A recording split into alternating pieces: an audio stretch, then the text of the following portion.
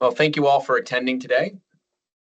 Today we are going to have Dr. Rae Williams and Dr. Michael Bohanske with us today to discuss pediatric respiratory emergencies.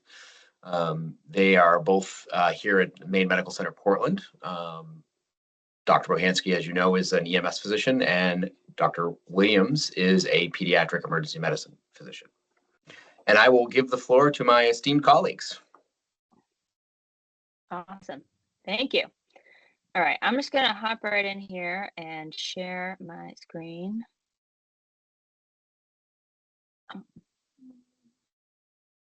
And okay. All right, Mike, does this look right? Perfect. Okay, excellent. So today we're going to talk about pediatric respiratory emergencies and pre-hospital care. I'll talk a little bit about what happens to these kids when they get to the hospital, just so you can sort of have an idea of their trajectory. But hopefully you find this useful as we are going into the winter respiratory illness season. I have nothing to disclose here. I'm here purely to help educate the providers across the state of Maine. So I'm very happy to have everybody here. I give this lecture, like I mentioned, in the upcoming winter season when we see a lot of respiratory illness. A few years ago, we had this triple-demic, this flu, COVID, RSV, and that really shocked everybody. The number of transports and transfers was really high. The number of emergency department visits was exceptionally high. The number of admissions to the hospital into the ICU was record high. So in the years since that, we have feared that that would happen again, and knock on wood, it hasn't yet. But we should all be prepared to treat these kiddos and know what to expect when they come in with a respiratory illness. So at the end of this, hopefully we'll be able to describe the clinical features, management, and disposition, sort of what happens to them when they get to us, of several common pediatric respiratory diseases.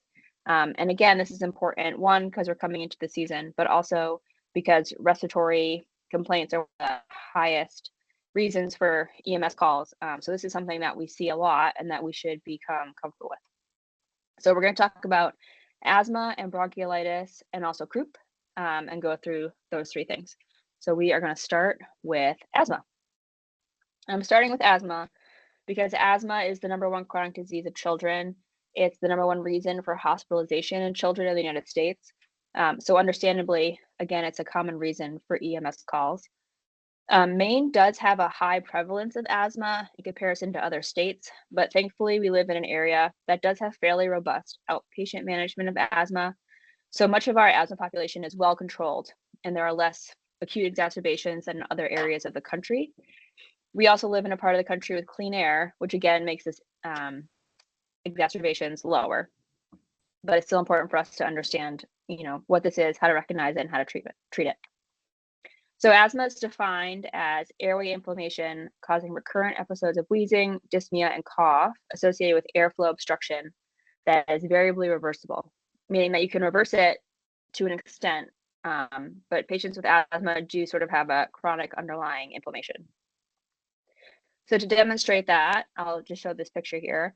On the far left, you see a normal lung. It has smooth muscle around the airway that leads to the alveoli. And in the middle of the lumen, you can see that there is inflammation of the airway, which, in patients with asthma in the middle, you can see that in the lumen, there's baseline inflammation, which causes that to be slightly more narrow.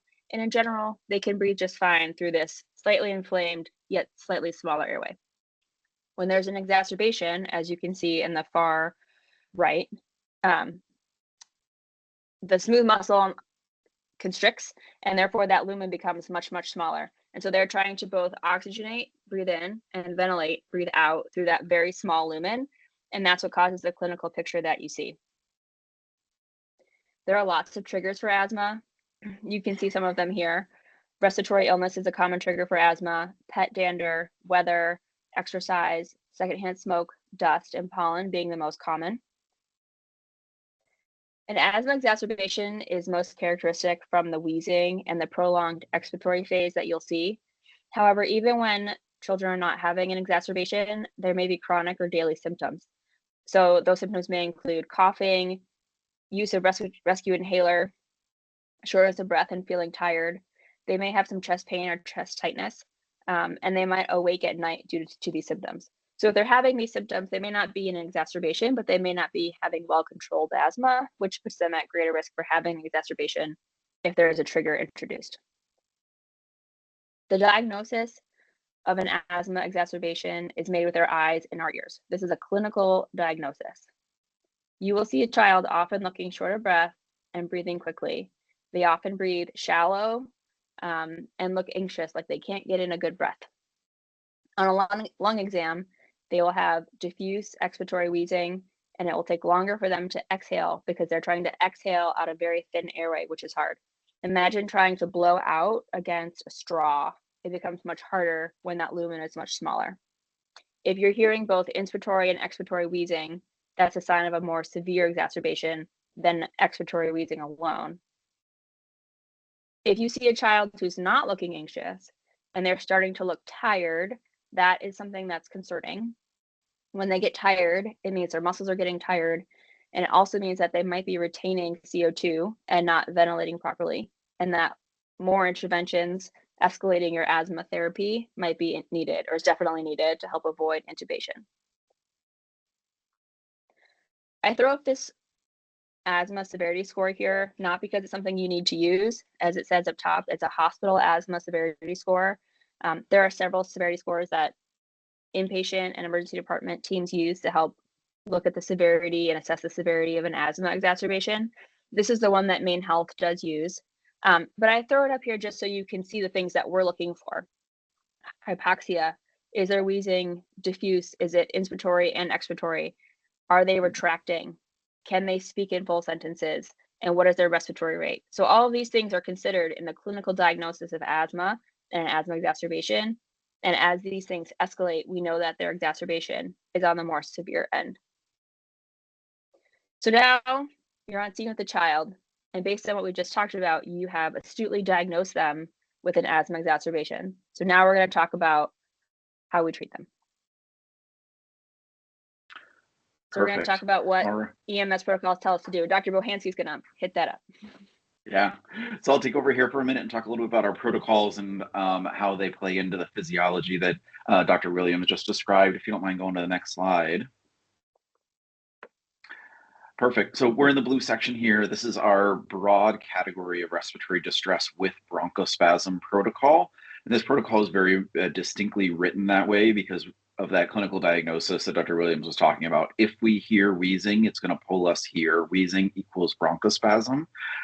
So that wheezing is telling us to start here and start with this protocol.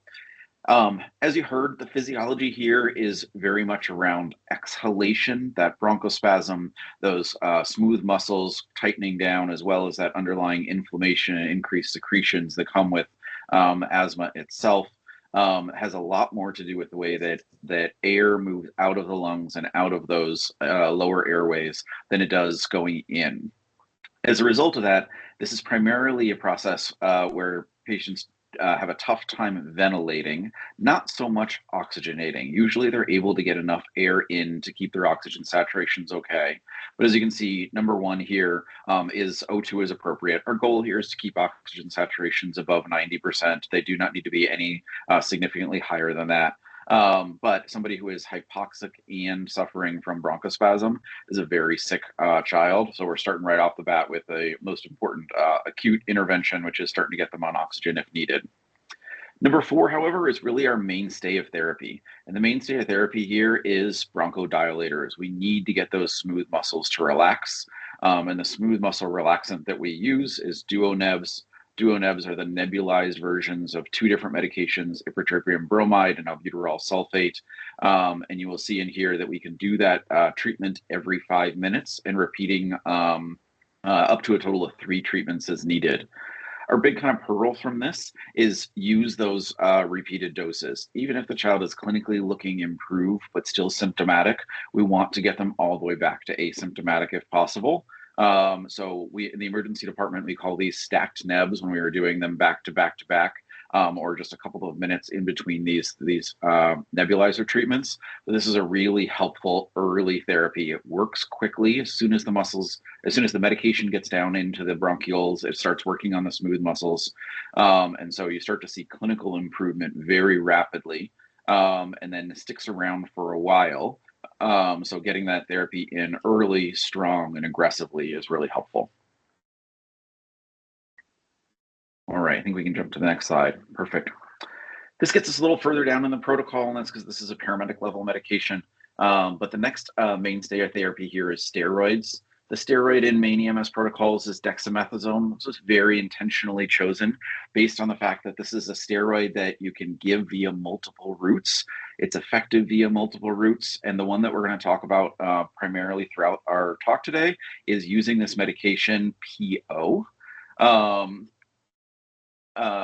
So this is a medication that can be given via any of these routes. The nice part about giving it PO, if the patient's respiratory status tolerates, is it's just less aggravating. You usually have a child who is already in distress, who may not tolerate things like IV needles or IM sticks particularly well. So there's no reason that we can't give this medication PO. And fortunately, this is the only medication in our formulary that is a IV medication we're drawing up and actually administering via a PO route. So a unique medication in our formulary. It's also a very unique medication that it works just as effectively regardless of the route. So whether it's PO or IV or IM or IO, it works just as effectively, which is really unique. Again, this was chosen A, so that we could carry one steroid that is really effective, but B, for anybody who's got a child that has ever taken an oral steroid, the other formulation of oral steroids taste absolutely terrible and are really difficult to administer as a result. So this is our chosen med here. Dosing, as you'll see on the chart there, it's 0.6 mg per kg up to a maximum dose of 16 milligrams. This is a change in our most recent protocol updates based on the American Association of Pediatrics update. We used to max out at 10 milligrams. They've recently changed their recommendations to max out at 16, and so our protocols now reflect that. All right, we can go to the next slide. And then other pieces to talk about. This is our opportunities to give additional medications, even though it shows up higher in the protocol as number 5. Giving epinephrine to a patient with an acute asthma exacerbation is really kind of a kitchen sink approach. This is we're trying to do everything we can with a kid that's teetering on the edge of respiratory failure. So epinephrine is here. It is IM dosing when we give it with the appropriate weight-based dosing that you see there. Of 0.15 milligrams for anybody less than 25 kilos and 0.3 milligrams for anybody greater than 25 kilos. The time I really think about this is the kid who's not tolerating the nebulizer. They're in such respiratory distress. They're not getting those breaths in. They're not getting those bronchodilators in. You guys know from anaphylaxis, when we use epinephrine, that epinephrine is very fast acting. It does help as a smooth muscle relaxant in this situation.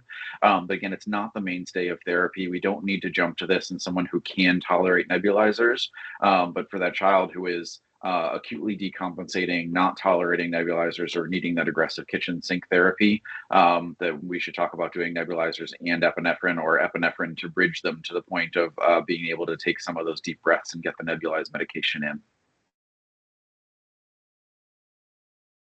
Great. The other medication that falls in this category for severe asthma exacerbations is magnesium sulfate. Magnesium sulfate, unfortunately, can only go in via IV or IO route, but is another really helpful smooth muscle relaxant for the critically ill asthmatic patient. So for that really bad asthma exacerbation, where you are working to try and coach them through their nebulizer treatments, you're doing your stacked nebs, you're not seeing clinical improvement in that first or second nebulizer, and you think it's appropriate to start moving to additional therapies, this is where inserting an IV and starting that magnesium bolus can be really helpful. Again, all of these acting as smooth muscle relaxants to open up that airway and make that exhalation process easier. All right. And then finally, we'll talk a little bit about the Pearl here. So you'll see a number of the things that we've talked about here, including our intention to treat the bronchospasm, obtaining access, administering our steroids, and then the consideration of epinephrine. The other big piece that's on here is the language that starts kind of midway down that talks about the pathophysiology of asthma. The pathophysiology of asthma, as we described, is that exhalation is hard. Exhalation is where that wheezing is coming from. Those narrow airways are making it really hard to move the volumes of air out of the lungs. As a result of that, positive pressure ventilation, where we are either doing BVM assisted ventilations or CPAP or putting in an advanced airway, usually doesn't overcome that. All we're adding to it is more resistance to the system or more resistance to them exhaling in the case of something like CPAP. So those are usually not helpful unless the child has gotten to the point where they are not getting those breaths in. So if we get to the point of fatigue that Dr. Williams was talking about, where they're not, where they fatigued their respiratory muscles, their respiratory drive is poor, they're not taking fast, deep breaths, and thus not doing a good job of getting those nebulizers in, that's the one situation where we start to think about something like CPAP. Recognizing CPAP doesn't fix the problem. CPAP is just giving us a way to deliver the medications. So if we get to that point, severe respiratory distress, and we need to use one of these methods to try and help ventilate a child, that really should be used as our method to administer the nebulizer. So if we're putting on CPAP, it's with continuous nebulizer treatment. If we're bagging somebody, we're trying to get that nebulizer through there. If we get to the point of needing an advanced airway, a blind insertion airway, or an endotracheal intubation, which should be our very, very, very last resorts, that we're continuing to use those nebulizer treatments through our ventilation strategies. Dr. Excellent. Williams, what did I miss? Thanks, Mike. Nothing except just to point out that CPAP is actually, I still think, not approved for pediatric patients, but this still applies in adult patients, the same concepts of asthma therapy. So if you are getting to the point where you consider CPAP, that would just be another indicator that the child is very sick. Unfortunately, we don't have that available for out of hospital, pre-hospital management. But it would just go to show you that that patient would be very ill. And I will just move us along to the take-home message. As Dr. Bohanske said, the treatment of this is bronchodilators, bronchodilators, bronchodilators, and steroids, but also bronchodilators. Epi and MAG if it's very severe, and really try to avoid intubation. In the hospital, we will put these patients on continuous albuterol after the STEC nebs. If they're not better, we just keep adding the bronchodilators. So if you take one thing from this asthma section home, it's that bronchodilators are the key. All right, now I'm going to move on to bronchiolitis. And the subheading of this section is bronchiolitis. Not all that wheezes is asthma. So although we did talk about how wheezing brings you to that blue protocol that talks about bronchospasm and wheezing, we're going to talk about bronchiolitis, where there is sometimes wheezing, but it is a different pathophysiology and a different mechanism than asthma. So bronchiolitis is a clinical diagnosis, just like asthma was a clinical diagnosis, defined by the AAP as a constellation of clinical symptoms and signs, including a viral upper respiratory prodrome with increased respiratory effort and wheezing in children less than 2 years of age. So we cannot make this diagnosis in children over 2. And it typically, this pathophysiology doesn't happen once you get bigger and your airways grow. If it does happen, it gets called viral pneumonia. But typically kids outgrow this type of illness as they get bigger and their lumens of their airways enlarge. So just some background, this is really common. It's a lower respiratory tract for children less than 2. It causes, 750,000 or more visits a year, over 100,000 hospitalizations a year in infants. It has a large cost associated with it in identifying, treating, hospitalizing these patients. Bronchiolitis can really be caused by any virus that causes respiratory symptoms. The most common virus that we see is RSV. Certainly we see it from COVID. We see it from influenza, parainfluenza, adenovirus, rhinovirus. It really can be anything that causes a URI can cause this disease process.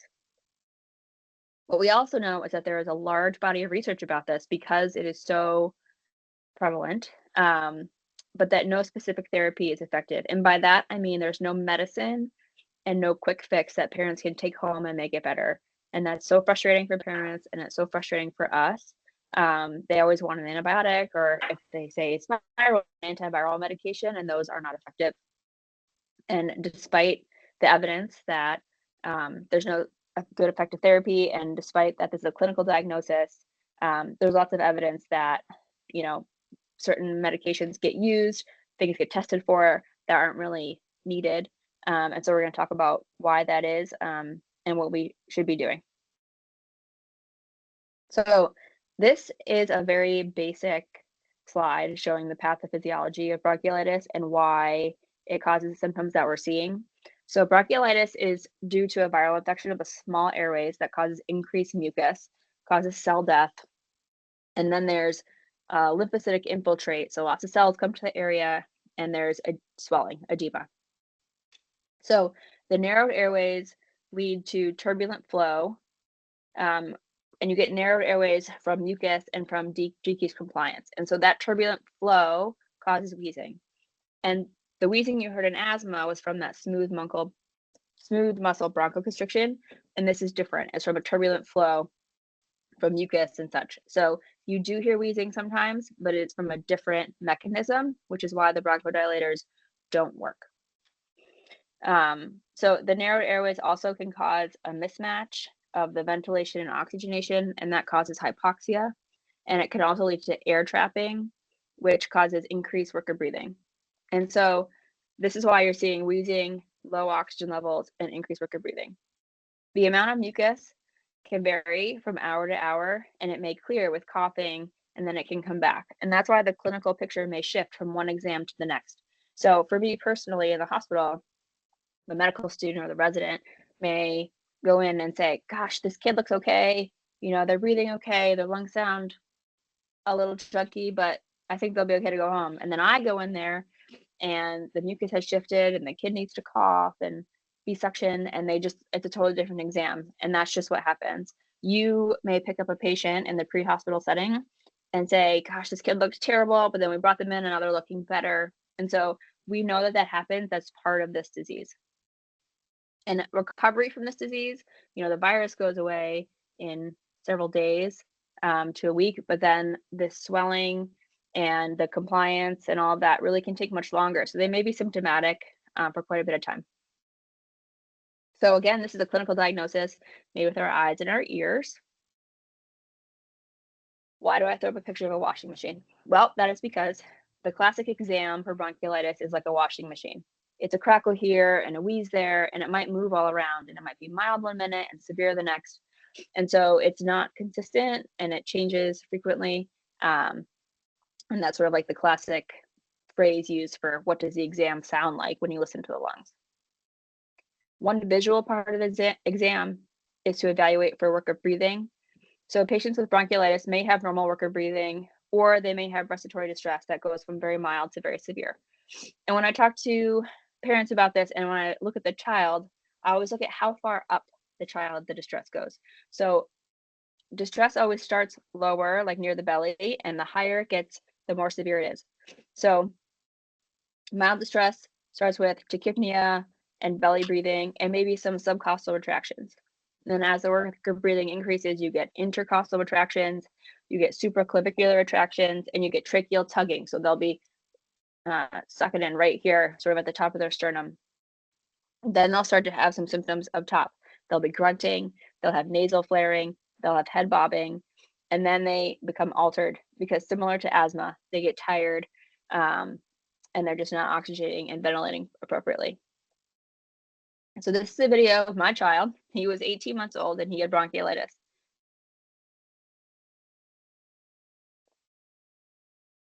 And so you can see here that he's definitely belly breathing. He has retractions. He has tracheal tugging.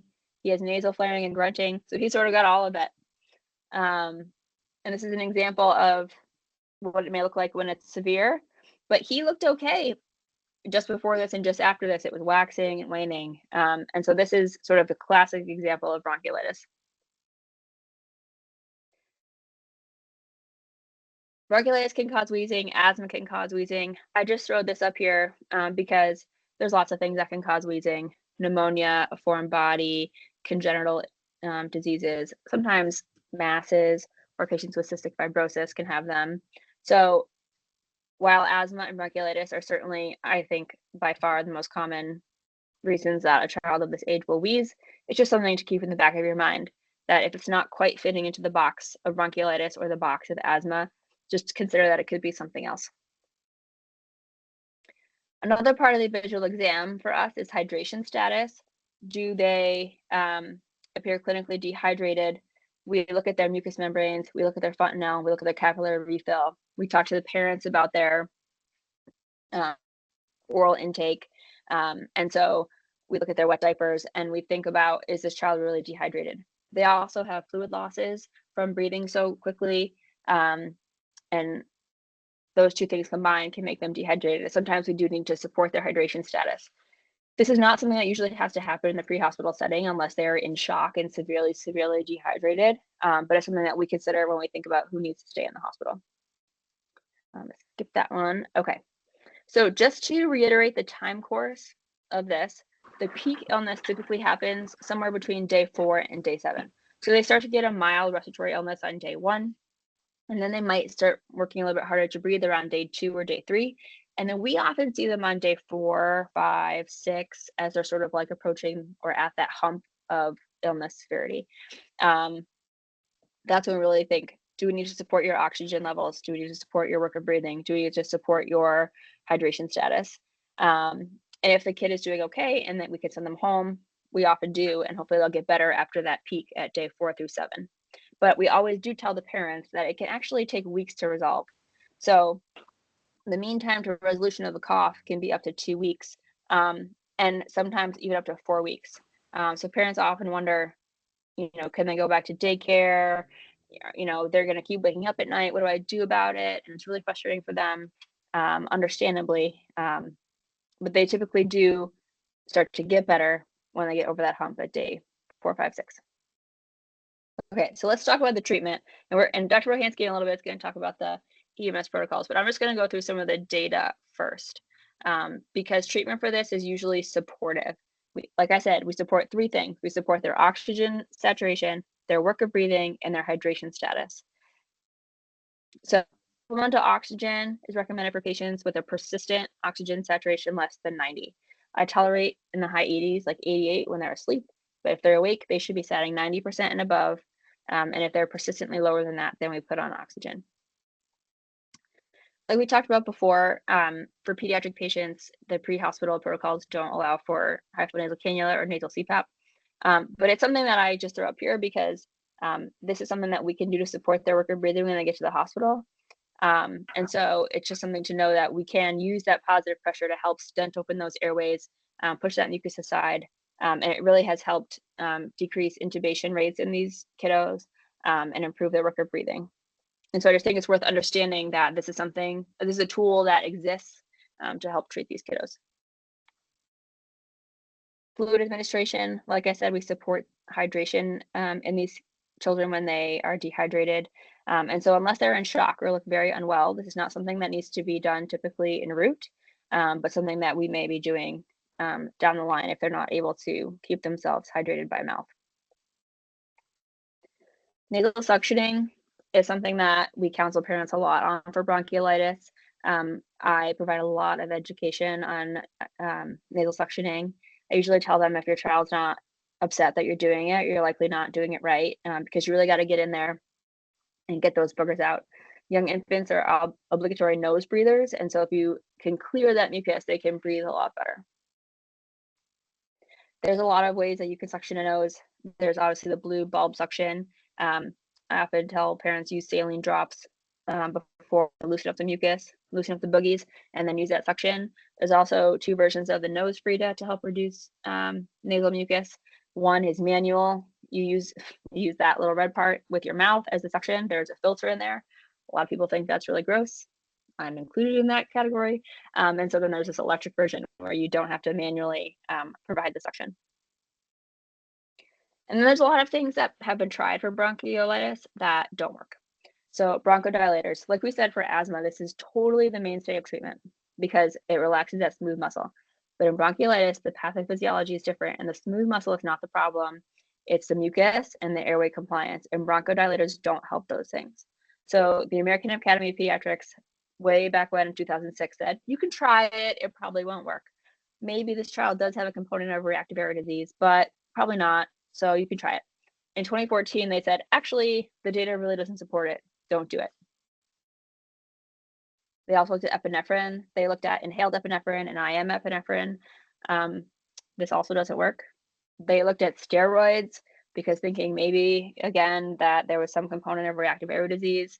There's a strong recommendation against using steroids as well.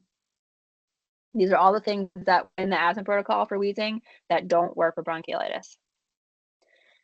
Nebulized hypertonic saline is another thing that sometimes get used. It's not really a quick fix. It doesn't work all that well. We sometimes use it in hospitalized patients.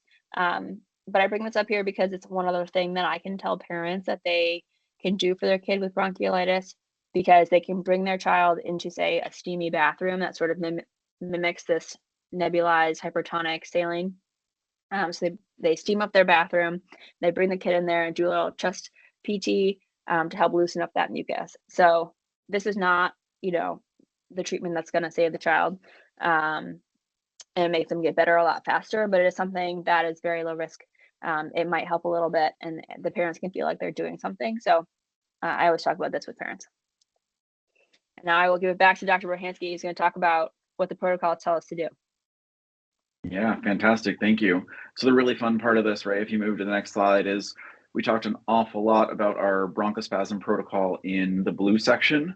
And all of the pieces that are part of this. And as Dr. Williams just said, none of these pieces help us here. So the big caveat here, the thing I think about is really the age. So bronchiolitis is that kind of indolent disease, meaning that this child started with an upper respiratory infection. They've just gotten worse and worse and worse, and they are younger than the age of 2. And if you don't mind moving to the next slide, Rae.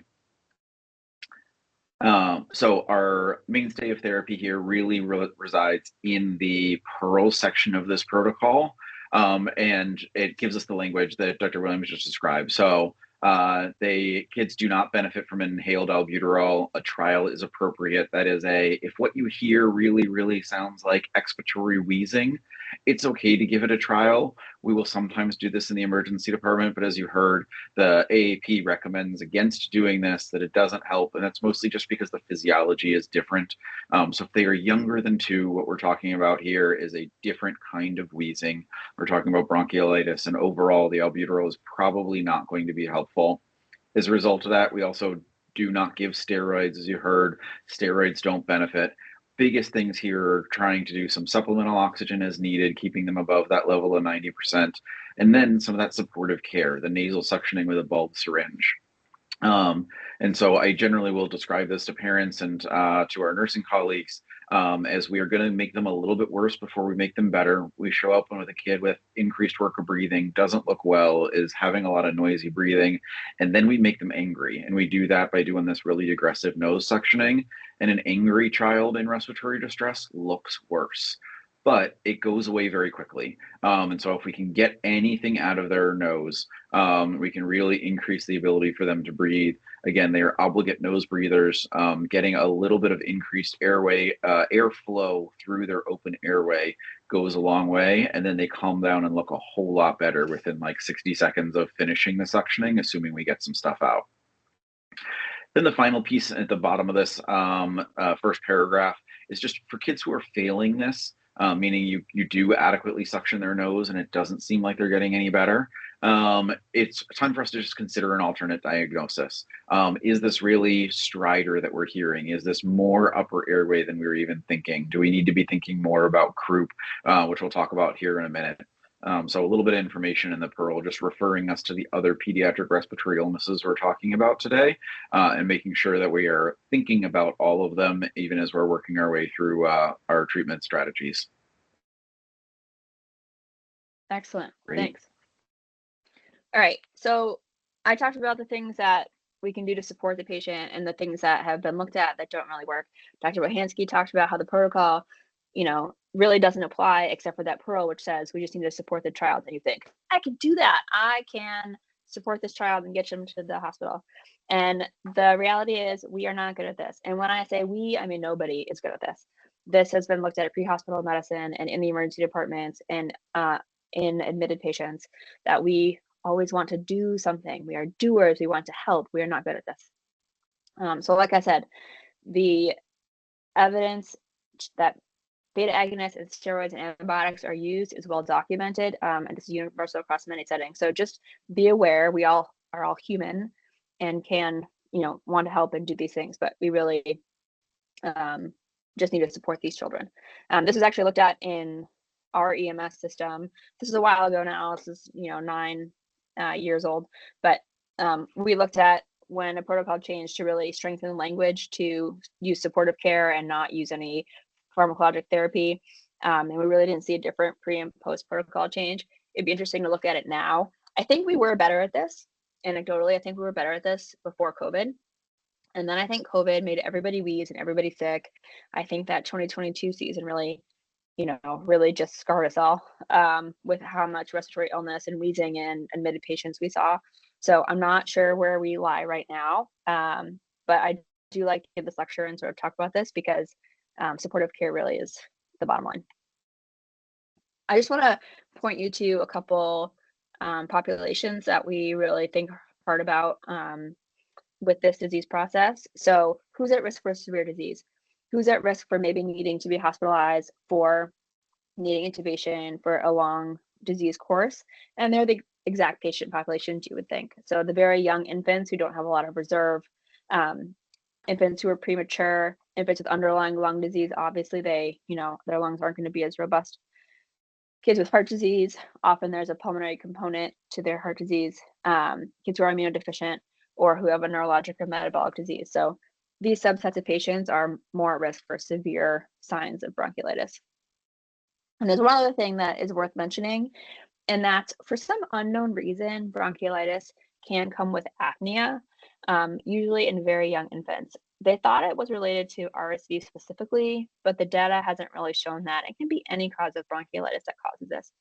So it's similar groups that are at risk for this as the last slide, but very young infants, preterm infants, if they have a history of apnea when they were premature, or if they've had apnea at home, like parents saw this child was apneic, they called you. You arrived, the kid's breathing now, but if they had apnea once, they're at risk for apnea again. And so the risk of apnea in high-risk patients can actually be as high as 40%. So it's something we don't take lightly, and therefore a lot of these patients who are at risk for apnea get admitted to the hospital. So if they are not looking well because they have increased work of breathing, they're dehydrated, they're hypoxic, or they're at risk for apnea, we will keep them in the hospital. And so we receive them from you, we evaluate them, we usually watch them for a period of time, which is a luxury that we have that you don't always have, with a short transport time, but we watch them and see how they do. And then we sort of make a decision if they need to stay or if they're safe to go home. The challenges with bronchiolitis is not in the diagnosis and it's not in the treatment. It's trying to, this is why we give medications. It's that we want to do something, we want to help. And aside from high flow nasal cannula, which is like a more recent development in this, antibiotics don't help, bronchodilators don't help. And so this is a big challenge because we see this child and there's not a lot we can do except support them through it. And so the take-home message is, again, this is a clinical diagnosis. We mostly do nothing except support them and give supplements of oxygen, which we can do pre-hospital for any hypoxia. If I can jump in for a second, Rae. So the other thing that I take away from this is that they do need that observation, and some need hospitalization just for observation. So the fact that we're not throwing treatments at these kids doesn't reassure me that it's okay for them to stay home or that they shouldn't be coming into the hospital and getting evaluated, especially if they meet those severe criteria that Dr. Williams was talking about. If they are very young, if they were born prematurely, if they've got underlying pulmonary disease, or parents are describing what sounds like an apnea spell, which is a really prominent reason that parents call 911. That those are kids that really need to come to us. They need to sit, they need to get watched, they may need to get hospitalized and get watched, even though there's not a whole lot we can throw at them to make them turn around like we can with our bronchospastic kids. that they still very much warrant treatment and transport. And that period of observation and that supplemental supportive care are the things that we're going to do. But those are really, really important things in this patient population. The other thing I'll pause and say, just because I've seen a couple of hands go up and down in the chat. Unfortunately, we don't have the ability to engage live via voice. So if you've got any questions or thoughts as we were working our way through this, put them in the chat. Eric will either interrupt us or save them for the end. But please put those in the chat, and we do want to answer your questions. It just doesn't happen with the hand waving microphone version. Thank you. All right, and the last thing we're going to talk about is croup, which is the short name for laryngotracheobronchitis. All right, so bronchiolitis is a disease of the lower airways, and croup is a disease of the upper airway. Specifically, this is a disease of the larynx and trachea, so that larger airway, just as it's starting to enter the body. This is again caused by something viral that causes swelling, but this time, instead of causing swelling lower in the airway, it causes swelling up high. This is caused by, or not caused by, this sounds like a seal or a barking cough. Parents often describe it as deep, barking, hollow, and this is sort of a really classic sign of croup, in addition to stridor, which is something that you can hear with croup in more severe cases. They can also have respiratory distress that looks sort of like bronchiolitis, where they have belly breathing and retractions and tracheal tugging in the very severe cases. But their lung sounds will be generally clear, except for that stridor and this barking cough. So some background, this is an upper airway disease for children, usually aged 6 months to 3 years. Kids usually grow out of this by the time they're 4, 5, or 6, because again, those airways enlarge. This happens in males more than females. It's also caused by something viral. The most common is parainfluenza virus, but really can happen from any virus. It's often in the winter, and it's responsible for about 7% of hospitalizations in kids who are less than 5. But I will say anecdotally that very rarely do I have to hospitalize these kids, because we do have some pretty effective therapies. This often presents overnight. So my favorite things overnight, because I really feel like I can do something for these kids. Between 10 p.m. and 4 a.m. Is sort of the most common time frame. And children may go to bed fine, and then they wake up with this terrifying barking cough and inspiratory stridor. And that's an inspiratory noise as opposed to the expiratory wheezing that you hear in asthma, or the expiratory noises that you hear often in bronchiolitis. They usually have URI symptoms for a few days, then they get this cough, and the cough can start abruptly. They may have a hoarse voice, or they may have some stridor. And the stridor is, again, that inspiratory noise that is more likely to come out when they are upset. So if you were to, say, approach them with an IV and they were to start crying, they might develop that stridor, even if they looked okay when they were sitting there calmly. And in really severe cases, these children can have respiratory distress. So looking at the slide, looking just at the difference between the adult and pediatric airways, you can see sort of near the bottom of the labels, the narrowest portion of the pediatric airway is at the cricoid, which is right around this area that gets swollen in croup. And so if you are an adult and you have a larger airway and you get a little bit of swelling, that lumen gets smaller, but not significantly so. And if you are an infant and that lumen narrows, the amount that airway shrinks is much more significant. So that can be seen here. So 1 millimeter of edema will significantly reduce the size of the pediatric airway in this area. And that's why as you grow, by the age of 5 or 6, that swelling won't cause as big of a problem. But when you're younger, this swelling causes a 16-fold increase in airway resistance in an infant. That's so much. And that's why you get that noise, that stridor, and that barking cough. And that's why in adults, you don't see that, because your airway resistance only goes up 3-fold, and you can tolerate that very well. In the emergency department, we can get an x-ray to show this scenario, but mostly this is a clinical diagnosis. If for some reason that's not sounding like classic croup and we're worried about a foreign body or another bacterial infection in this area, then we might get the image or do some other testing. So for the most part, it's a clinical diagnosis. If we were to get this x-ray, you'd see the steeple sign, which is where the airway narrows, right where you might expect. So the treatment for croup is to keep the child comfortable. Like I said, don't agitate them. Don't approach them with an IV if you don't need to. You can provide humidified oxygen or cool mist, and then steroids. Every child with croup gets steroids. If it's mild, if it's severe, every child gets steroids, and then racemic epinephrine only in the most severe cases. And we're going to talk about how to identify those patients. All right, so I'll take it away with our main EMS protocols here. So we're going to jump to the pink section now and talk about our pediatric respiratory distress with inspiratory stridor. You'll notice at the top of this, we talk about kind of the differential diagnosis here, things that we're thinking about. We're certainly thinking about croup, as we just heard about, but the other things that will potentially cause this sound, this inspiratory stridor, are things like foreign body aspiration or epiglottitis. Epiglottitis is not a diagnosis that we're going to be able to make in the pre-hospital environment. We're going to treat it and assume it's the same as croup, other than we'll just point out that those kids usually look really, really bad. Those are sick children. Foreign body aspiration, however, may be a diagnosis that we make in the pre-hospital environment, and that is that the story doesn't fit. It's not a kid who had an upper respiratory infection for the last couple of days. It's not a kid who woke up in the middle of the night with this terrible barky sound. This is the kid who was perfectly happy and playing at daycare and is now making that stridulous sound, or having that upper airway stridor.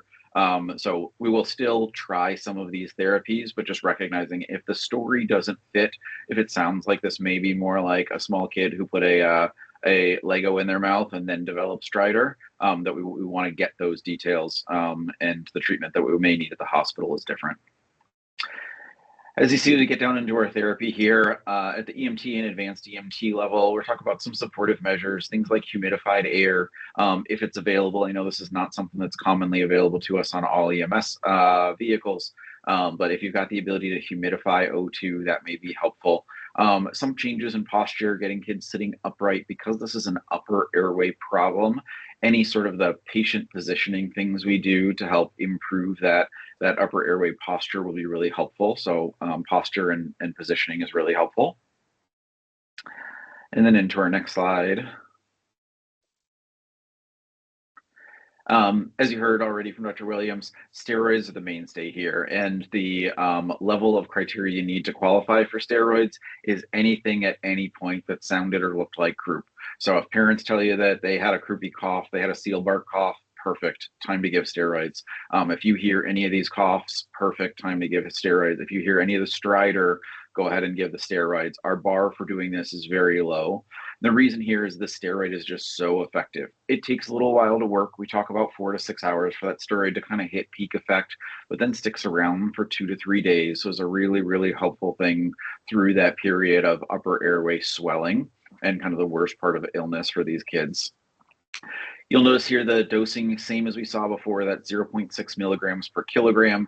Again, we've got all of these routes listed, but the mainstay here is PO. If we can, we really want kids to drink this medication, and that is that stridor tends to worsen with agitation. And so if we don't need to agitate them, we don't need to poke them for an IV or an IO or an IM. We don't want to. We would much prefer to try and get a calm PO dose in them, especially in, I think about this kid who is having a lot of those symptoms when they are agitated, but when they are calm, they're not giving us as many symptoms, or they're looking relatively well. That's the perfect kid for us to try and get PO meds in, try to avoid putting them back into that agitated state. The second therapy that we got available to us here is racemic epinephrine, or if you're not carrying the racemic epinephrine formulary, that it's regular epinephrine. Either of these are nebulized. The difference here, and we're going to get very, very briefly into to chemistry, is that there are 2 different shapes that epinephrine molecules come in. Racemic gives you the helpful one, and regular epinephrine gives you 50% of the helpful one and 50% of the not helpful one, which is why that dose is twice as much. So we're given twice the volume to effectively get the exact same therapy into somebody, depending just on which version you carry. So please know your service and know your formulary about what you're carrying, so you will recognize whether you need the 1 ml of regular epinephrine or the 0.5 mLs of the racemic epinephrine. The time that we do this is for moderate or severe croup, and so this is that stridor at rest. So the kid who's having that really awful cough or having that upper airway stridor sound when they're agitated, but when they calm down, they are quiet. does not need the racemic epinephrine nebulizer. But if they're continuing to make those upper airway noises, even when they're not crying, even when they're not screaming, even if they're just being held, those are the ones that benefit from this nebulizer treatment. And that tells us that upper airway inflammation has gotten so severe, we need something to work topically. The way that this nebulizer works is by getting that medication right into that upper airway and letting that epinephrine work on the mucosa of that upper airway. It does not work particularly long. It does not stick around particularly long, but it does work quickly. So this is a fast-acting, helpful medication.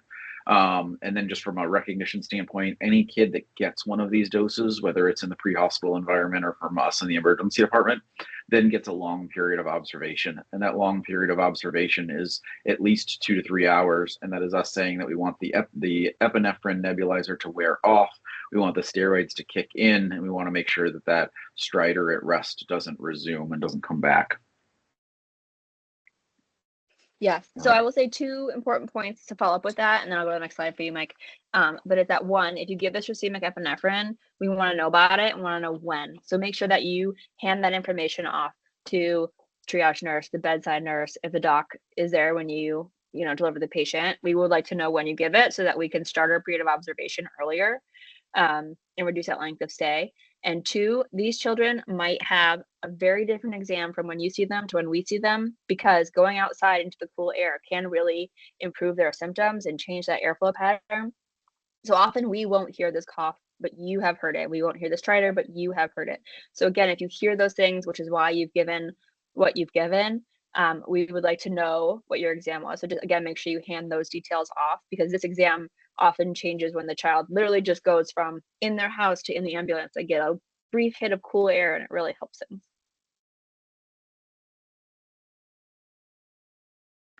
All right. So final part to the main EMS protocol. This is this Pearl, again, talking about the formulation of dexamethasone, and that even though it is a IV medication coming out of a vial, that this can be given PO. It's the only medication in our formulary that does this. It's very unique. Most IV medications do not work when they get ingested. They get broken down by the stomach and not effective. It's not the case with dexamethasone. So giving this orally is great, and is our preferred mechanism here. Certainly in the sick child who will not take an oral medication or is too ill to do so, and you're trying to do some aggressive airway management, then an IV or an IM route makes sense. Great, thanks.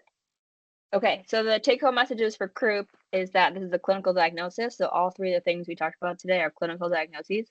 This one is of the upper airway. Cool air and humidified O2 can help. Again, that's why the exam might change a lot between when you see them and when we see them. Steroids for all, low bar for the steroids, and racemic epinephrine if they are in more, have a more severe form of croup. So to summarize, for asthma, bronchodilators all the time, stack them, give them, go team.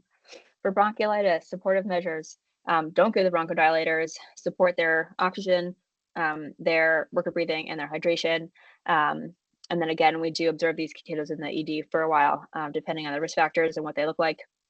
And then croup, steroids for all, racemic epinephrine if they're worse, and be sure to hand off the timing of those things because we want to hear about it. We always want to hear from you, but we appreciate those specific details. And that's all I got. So Dr. Williams, we got a question sent to us about just expanding a little bit more on longer transport times. So for providers that are working in services that are 1 to 2 hours away from a hospital, how would you change the management for any 3 of these scenarios? Yeah, that's a great question. So for asthma, giving those stacked nebs up front would be the exact same, but then using online medical control to give more doses as needed if you're still in transport. So you can potentially give those, every 30 minutes to an hour, depending on how sick the child is. As I said, we give them continuously. So if the child is really sick, you can give a lot of bronchodilators. It might be after those stacked duo nebs that you then just move on to straight albuterol. But again, I would contact medical control if that child is really ill. For croup, same thing. We give racemic epinephrine, but it can be repeated in 15 to 20 minutes if you need the receiving epinephrine. So if you have a longer transport time in a very sick child, that's something that could potentially be repeated. The child that looks that unwell, both with asthma and croup, would be someone I would consider, flying somewhere to get them somewhere faster, because those kids can be really sick. And so if you're considering driving somewhere for 2 hours, if life flight is available, I would consider that. Great, perfect. I'll pause for a second if there's other thoughts or questions that people want to pop into the chat or the Q&A. Eric, anything else that you've been fielding? No, you've answered all the questions that I've received. Oh, we got one popping in now. I was gonna say, we'll give people a minute to answer or to put more questions in if you have them. In the meantime, I want to point out a couple of things that Eric has put into the chat. First of all, there is an evaluation form for today's talk. We would love everybody to fill it out, give us feedback. So please click that link here and now. There are also 2 other links that he's put in there about some upcoming events. One is an in-person event on December 7th here at Maine Medical Center in Portland in the Dana Center Auditorium. Registration details are there. That one is on the pre-hospital management of hyperactive delirium with severe agitation. And then the other one is going to be our next webinar series like this that is happening in the middle of December, December 12th. And that one is on stroke screening and severity scoring, specifically talking about our FAST ED score. We do have one question that popped up in the chat. With the continued albuterol treatments, are you concerned about shifting potassium?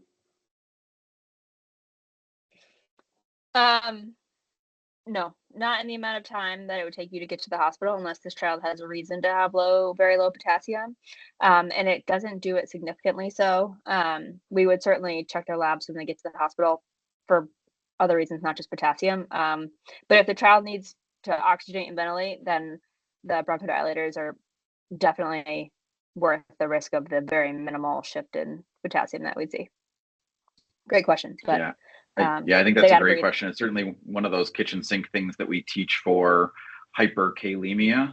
But as Dr. Williams said, it doesn't have a big difference. It certainly does have a difference, and we use massive doses of albuterol and hyperkalemia to try and make that shift, but not a big difference, which is why it's only one of the many treatments we throw at those folks.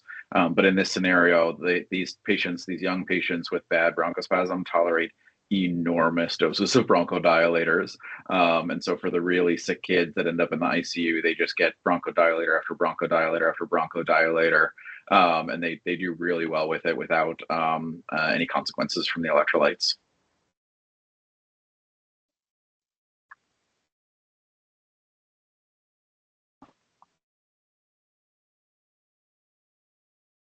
Well, I don't see any additional comments, so or no more questions. I'd like to thank you both for talking to everybody today. There's been a lot of great comments, and thank everyone for attending.